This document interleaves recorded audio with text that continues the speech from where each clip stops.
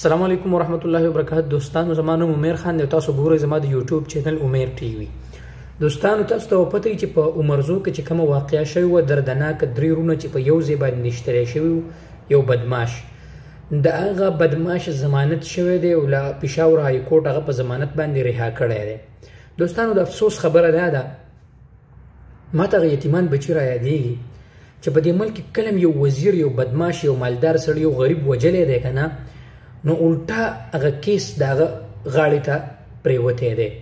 دوستانو وی ګواهان نو د الله بندګانو ټول عالم ټول پاکستان او ټول کلی په هغې باندې ګواه ده چې دغه بدمعاش دغه خنزیر ظلم کړی دی.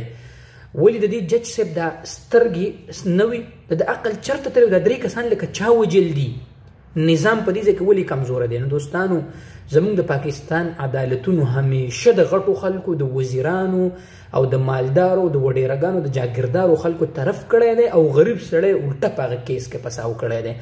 نن انتهایی مال افسوس راغی زه ماته چې کله هغه وخت رایاد شي درې ماشومان درې ورونه چې په یو ځای باندې په خپل جایداد او په خپلو پیسو باندې قتل کړی شوي.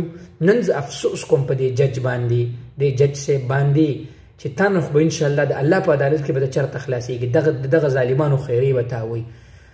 نور الله دې زموږ په ملک باندې رحم وکړي. دوستانو نور څه به ووایو الله دې به زموږ په ملک باندې رحم وکړي او الله دې موږ د حضرت عمر فاروق رضی الله تعالی عنه په شانتې د عدل نظام او د عدل والا حکمران راکړي.